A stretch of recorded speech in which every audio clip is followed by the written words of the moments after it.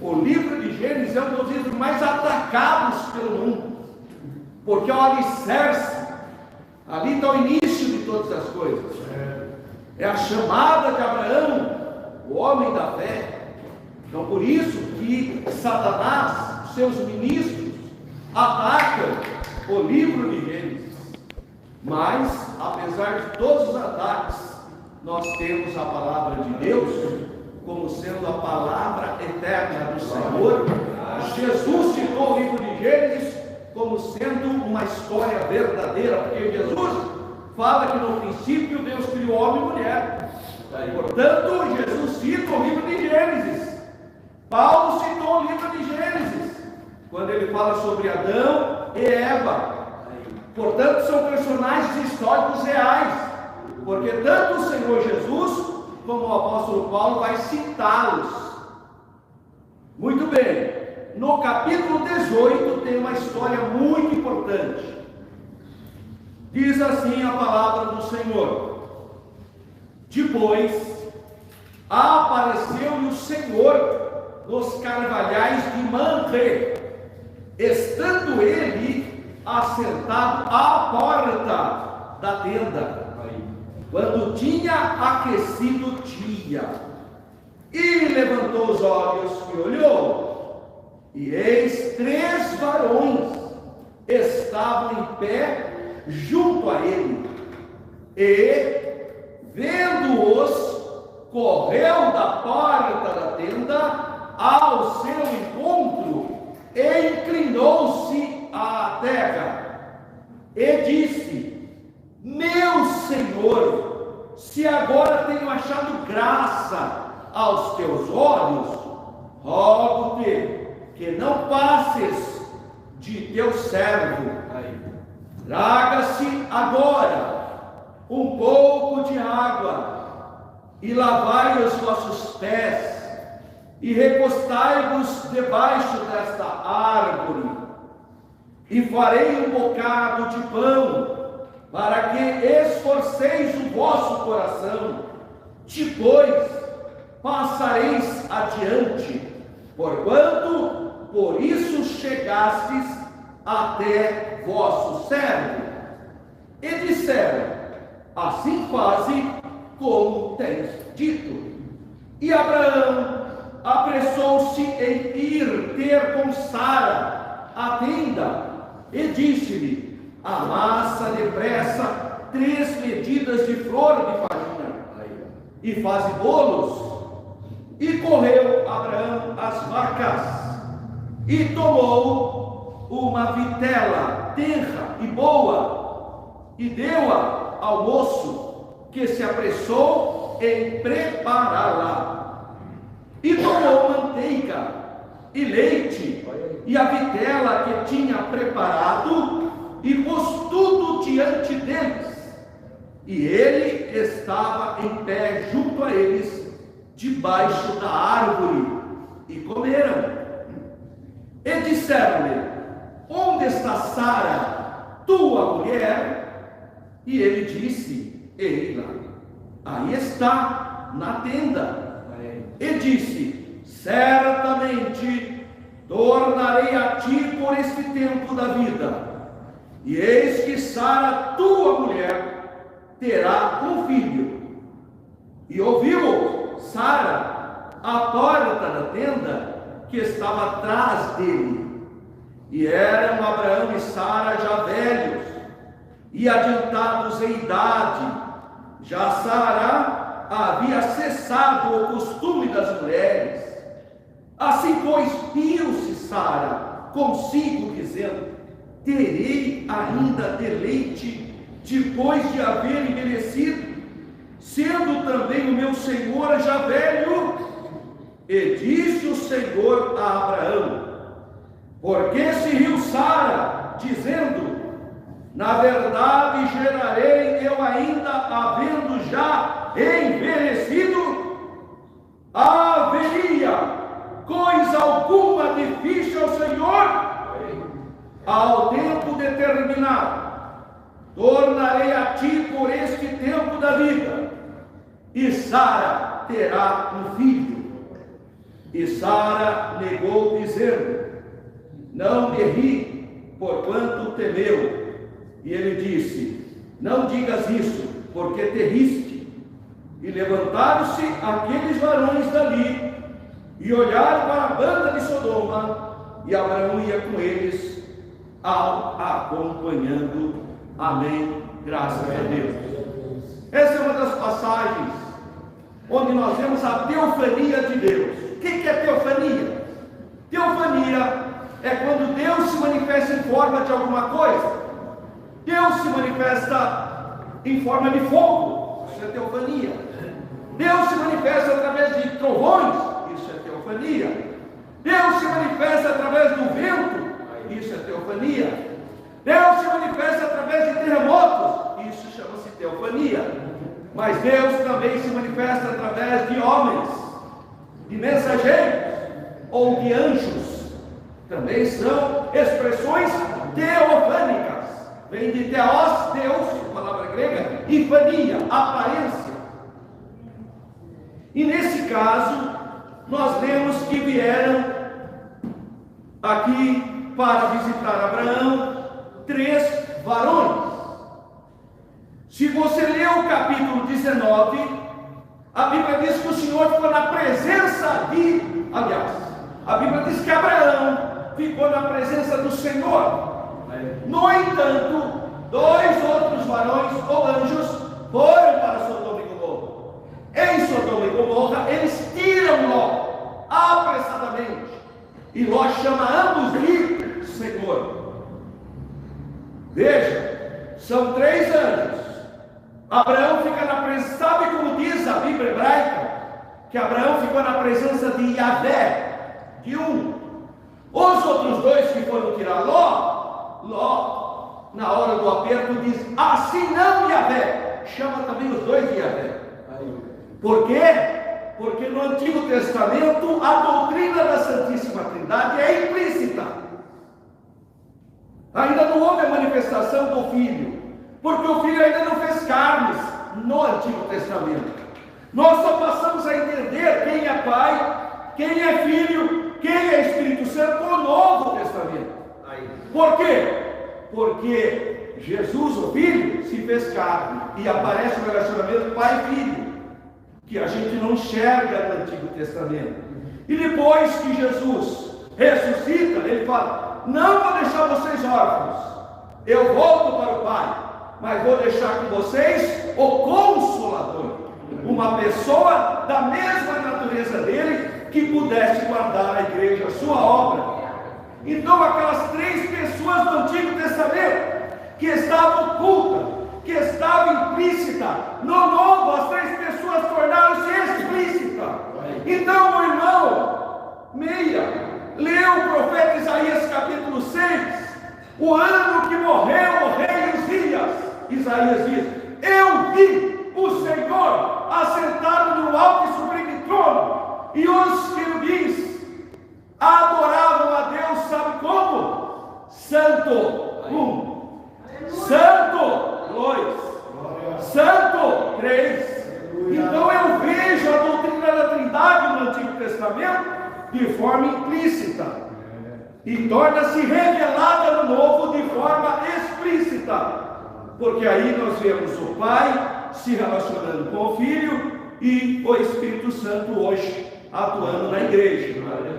No primeiro capítulo da Bíblia, no primeiro livro da Bíblia, que é o livro de Gênesis, Deus usa uma pluralidade. Aliás, o primeiro versículo da Bíblia, do hebraico Bereshit bara Elohim, a palavra Elohim é uma pluralidade da palavra El, que é singular.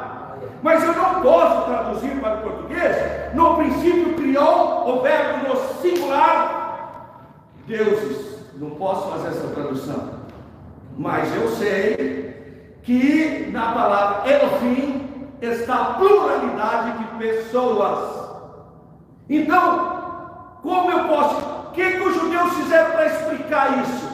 Inventaram uma regra gramatical dizendo que o plural de Elohim é apenas a majestade de Deus. Inventaram isso. Por quê? Porque antes de Jesus vir, Antes do ensinamento da Trindade, eles acreditavam em algo excepcionalmente interessante. O rabino Yoachim disse, escrevendo sobre a palavra Elohim, que na palavra Elohim se encerrava 3 graus de grandeza. De fato, nós sabemos que no Antigo Testamento toda adoração é trina. Toda adoração é trina no Antigo Testamento. Então o que era mistério, o que era oculto, tornou-se claro no Novo. São 3 pessoas da unidade divina. E são 3 varões que visitam Abraão. Os 3 são chamados de Yahvé, de Deus. Portanto, a Bíblia fala de 2 grandes premissas. Só existe um Deus verdadeiro. Deuteronômio 6:4. Ouve Israel, o Senhor Deus é o único Senhor. Ismael, Israel, Adonai é o reino, Adonai é errado. Ouve Israel, o Senhor Deus é um só. Jesus concordou com esse ensino. Marcos capítulo 12, a partir do versículo 28.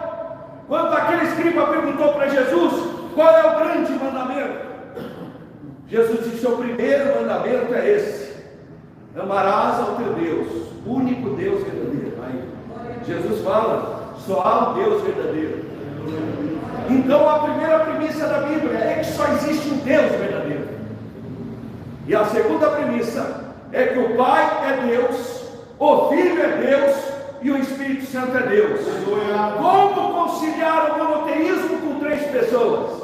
Aí está a doutrina da Trindade. O único Deus, eternamente subsistente em 3 pessoas distintas: o Pai, o Filho e o Espírito Santo. Nesse capítulo 18, eu percebo os aspectos implícitos da doutrina da Trindade. São 3 que vão conversar com o pai Abraão. O pai Abraão está idoso, sua esposa Sara está idosa, e Deus faz uma promessa para Abraão. A promessa que Deus faz para Abraão é que ele vai ter um filho, mas ele já está idoso, a sua esposa está idosa. E aqui no texto sagrado tem elementos interessantes. Por exemplo, está escrito aqui no versículo de número 11: e eram Abraão e Sara já velhos e adiantados em idade. Não eram simplesmente velhos, eles eram adiantados em idade. Significa que não havia mais os ciclos que Sara tinha. Os ciclos de ovulação de Sara havia cessado, porque ela era uma mulher idosa, idade avançada. A semente de Abraão, do grego esperma, ele também não tinha mais, ou se tinha, não era suficiente para procriação. Mas tem algo aqui no texto que me chama a atenção, é a fala de Sara. Sara diz assim, no versículo 12: assim, pois, riu-se Sara. Ela riu consigo mesmo. Sabe aquela risada que você dá para você mesmo? Sabe quando você acha algo engraçado, algo impossível? Então você mesmo, você não externa isso, mas você ri internamente. Qual é a simplicidade do irmão? Ninguém vê você rir, mas você está rindo. Ninguém vê. Você fala: ai, que fraqueza. Mas fica para você mesmo. Então, Sara, por quê? Porque ela pensou, olha o pensamento de Sara, irmão. No versículo 12: terei eu ainda deleite depois de haver envelhecido? Sabe o que ela está dizendo aqui? Que ela não tinha mais relacionamento conjugal com Abraão.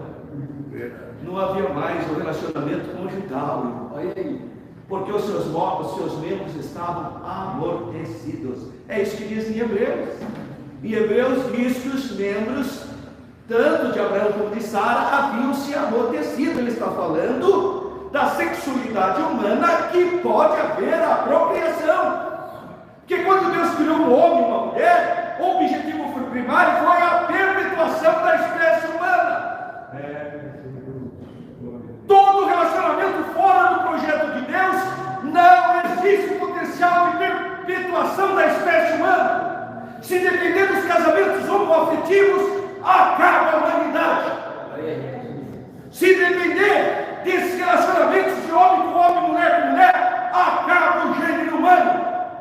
Mas a bênção de Deus está na potencialidade de um homem e uma mulher produzir vida e dar perpetuação da espécie humana. Louvado seja o nome do Senhor. Essa é a invenção de Deus.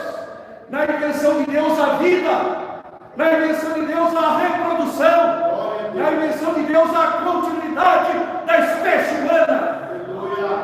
Na invenção do mundo e de Satanás acaba o gênero humano. Mas Sara está dizendo o seguinte, ela riu dentro de si.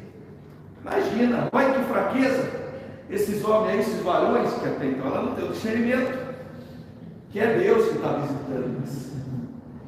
Ela está achando que é um varão aí, olha que fraqueza desses irmãos, nem sabe que eu já tenho essa idade, eu nem tenho mais relacionamento com meu marido. Então ela ri. E ela ri e está registrado aqui.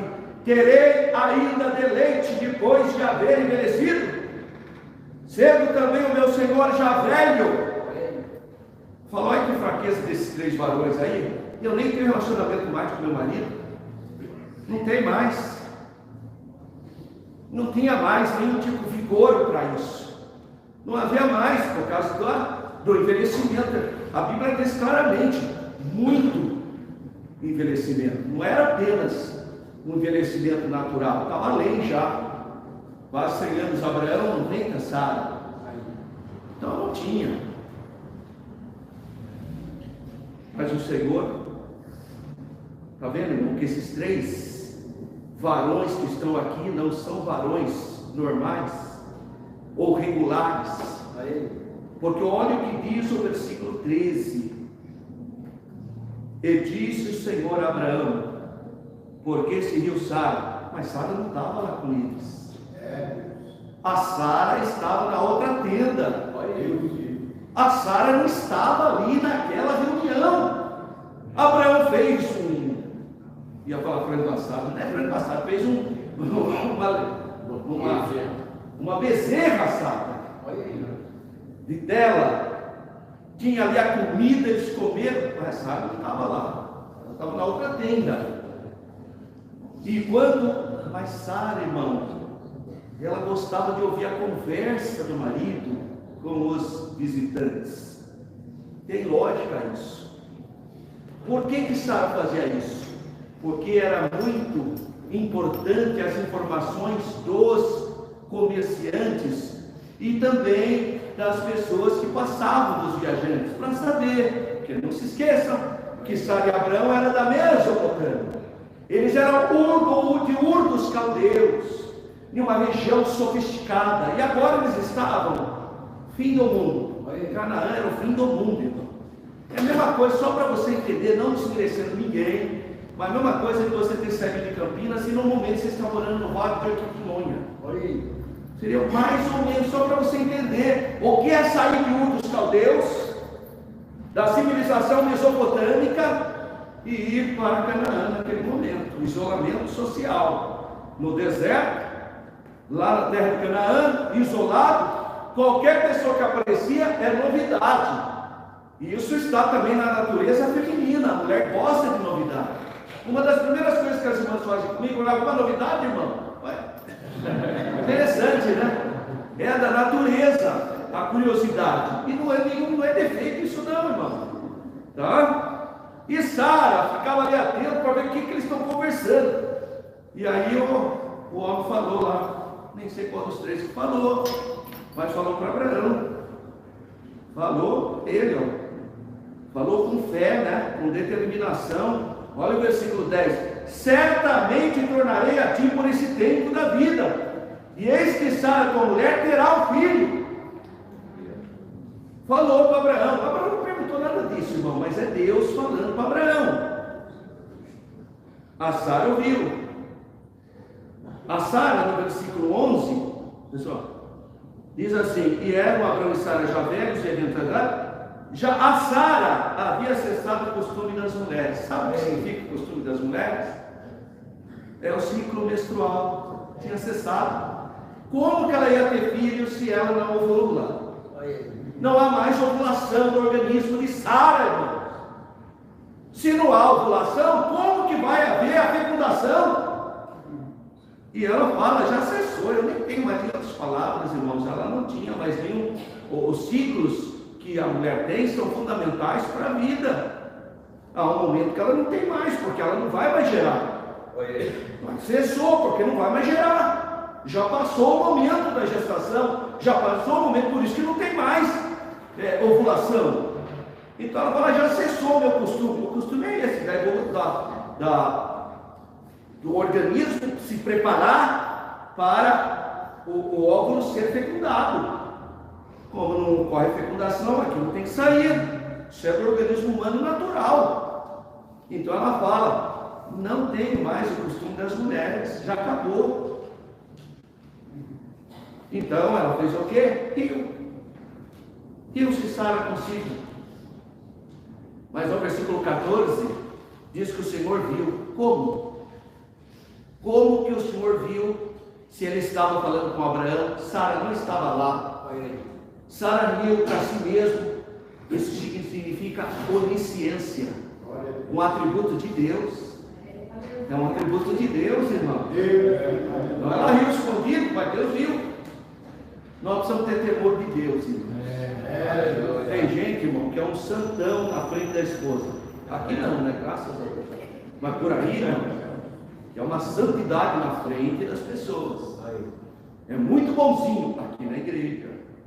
É muito bozinha aqui na igreja, na frente do teatrinho. Você quer saber onde nós somos provados e aonde a gente pode ser aprovado ou reprovado? Na nossa casa. A nossa casa é o melhor local para o fruto do Espírito ser expresso. Eu lembro do pastor Randall Walker, de saudosa memória. Ele sempre tinha uma frase que eu achava muito interessante. Ele dizia assim para os cultos de obreiros: irmão, a sua esposa tem uma palavra profética para você. Por quê? Porque a nossa esposa nos conhece. Você pode enganar o pastor Alberto, pode enganar o diácono Marco, pode enganar o irmão Zé Carlos, mas a sua esposa você não engana, não. Ela conhece você. E ela vai falar na lata. Por isso que teu irmão fica nervosinho. Porque a sua mulher é uma palavra profética para te melhorar, irmão. É isso aí, Deus colocou, a mulher tem sensibilidade. Aí o homem inteligente que entende as coisas de Deus vai ter a mulher para ajudá-lo. Porque nós somos perfeitos, irmão. E tem coisas que o gênero feminino tem mais facilidade para perceber. E aqui nós vemos então algo extraordinário. Porque Sara, ela ri, mas Deus conhece, sabe o seu comportamento. E a maior preocupação nossa não é quando nós estamos com as outras pessoas, é exatamente quando nós estamos sozinhos. É exatamente quando você está na frente do computador às 10 ou 11 horas da noite e não tem ninguém, está todo mundo dormindo na sua casa. Como que você acha? Ou no celular, ou em qualquer outra programação. Aí eu tenho que ter o temor de Deus. Porque ter o temor de Deus, a hora que tem 50 policiais na sua frente, pouco improvável, né? Ter o temor de Deus, a hora que está todo mundo olhando para você. Eu quero ver o temor de Deus na sua vida quando você estiver sozinho com Deus.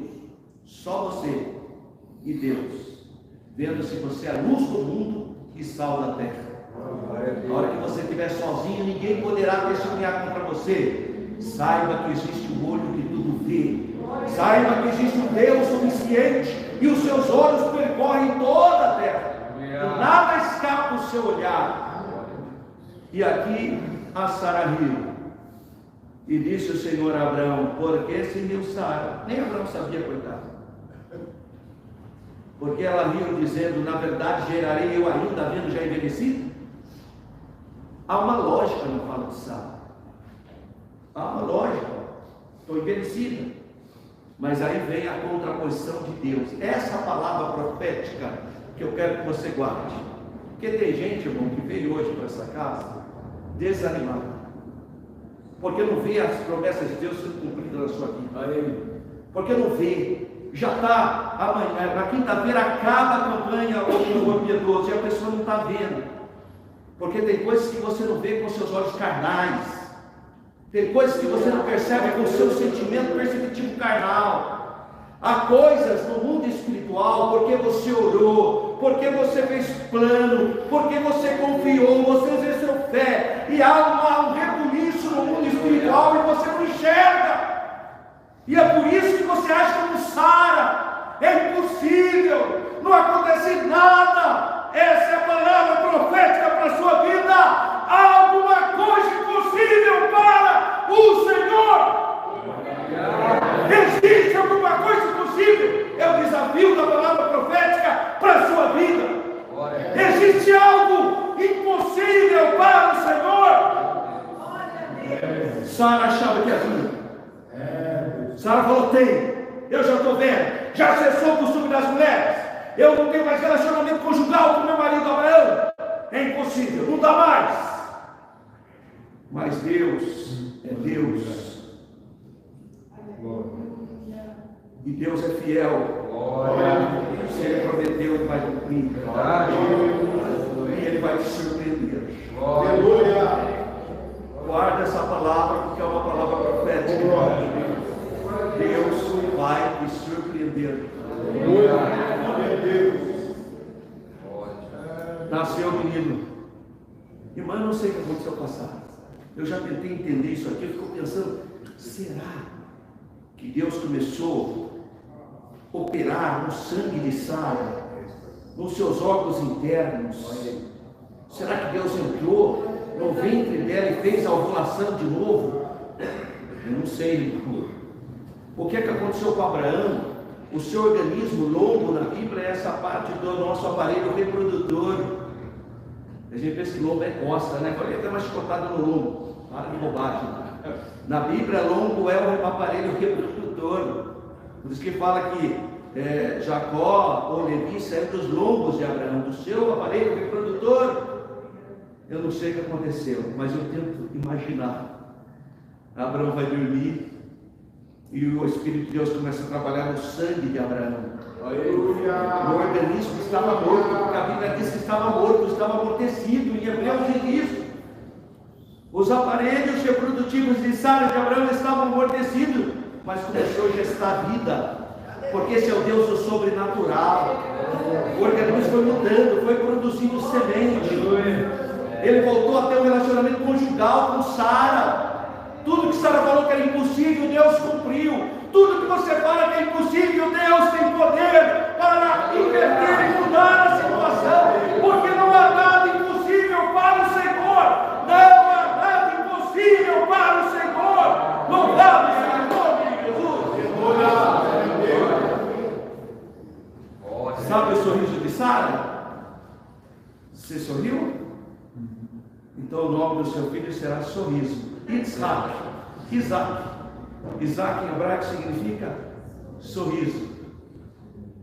Para que todas as vezes que Sara olhasse para aquele menino, ela lembrasse que para Deus não há nada impossível. Não há nada impossível para Deus.